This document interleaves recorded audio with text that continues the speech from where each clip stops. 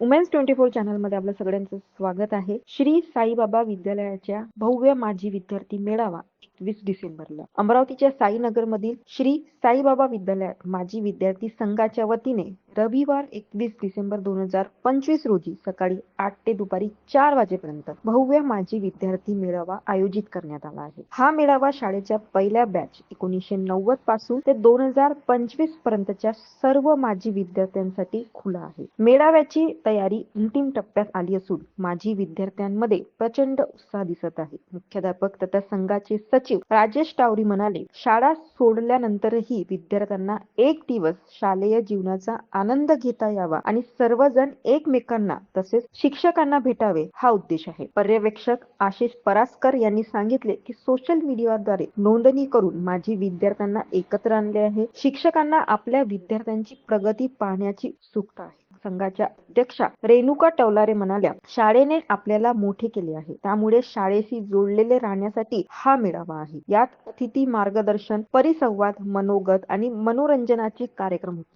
प्रमुख अतिथी म्हणून राजापेठ पोलीस उपनिरीक्षक मिलिंद हिवरेजी, जालना येथील न्यायाधीश सुप्रिया पुन, संस्थेचे अध्यक्ष जुगल किशोर गट्टाणे, सचिव राजेश हेडा, माजी मुख्याध्यापक उद्धवराव तुटकुले आणि जय शिरबाती उपस्थित राहणार आहेत. उपाध्यक्ष हुकुमचंद माने यांनी सर्व माजी विद्यार्थ्यांना आवाहन केले आहे की सहभागी होण्यासाठी 82 37 69 11 16 या क्रमांकावर संपर्क करावा.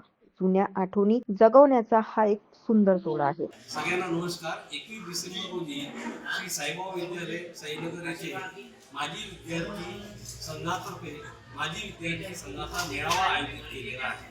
या मेळाव्याला 1990 पासून जेवढ्या शाळेच्या बॅचेस झालेल्या आहेत त्या सगळ्या बॅचेसचे विद्यार्थी आम्हाला जोडलेले आहेत आणि ते सगळे या मेळाव्याला उपस्थित राहून राहिलेले आहेत. भव्य स्वरूपात असा हा मेळावा आम्ही आयोजित केलेला आहे. एका दिवसाचा हा मेळावा हा सगळ्यांचा गेट टुगेदर आहे. परंतु या माध्यमाने आम्हाला सर्व विद्यार्थ्यांचं तज्ज्ञ म्हणून मार्गदर्शन जे भविष्यात अपेक्षित आहे ते याद्वारे आम्हाला प्राप्त होऊ शकेल. अशा माजी विद्यार्थ्यांची एक मजबूत चमू आम्हाला तयार करायची आहे आणि ही चमू पुढे भविष्यात शाळेच्या विद्यार्थ्यांना मार्गदर्शनाचं कार्य करेल. मग होऊ शकते ज्याला आर्थिक मदत करायची असेल तो आर्थिक मदत करेल, परंतु आर्थिक मदतीपेक्षा आवश्यक आहे आजकाल कौशल्यपूर्ण मार्गदर्शनाचे. कृती आधारित कौशल्य आधारित जी नवीन शैक्षणिक धोरण येऊन राहिलेलं आहे त्या अनुषंगाने हे विद्यार्थी आता कौशल्यपूर्ण मार्गदर्शन करण्याची जबाबदारी शाळेसोबत स्वीकारत आहे. याचा मला फार आनंद आहे. माजी विद्यार्थी संघाचं मी कौतुक करतो आणि शाळेला असे विद्यार्थी लाभले याकरता शाळेला निश्चितच अभिमान या सगळ्या विद्यार्थ्यांचा वाटतो.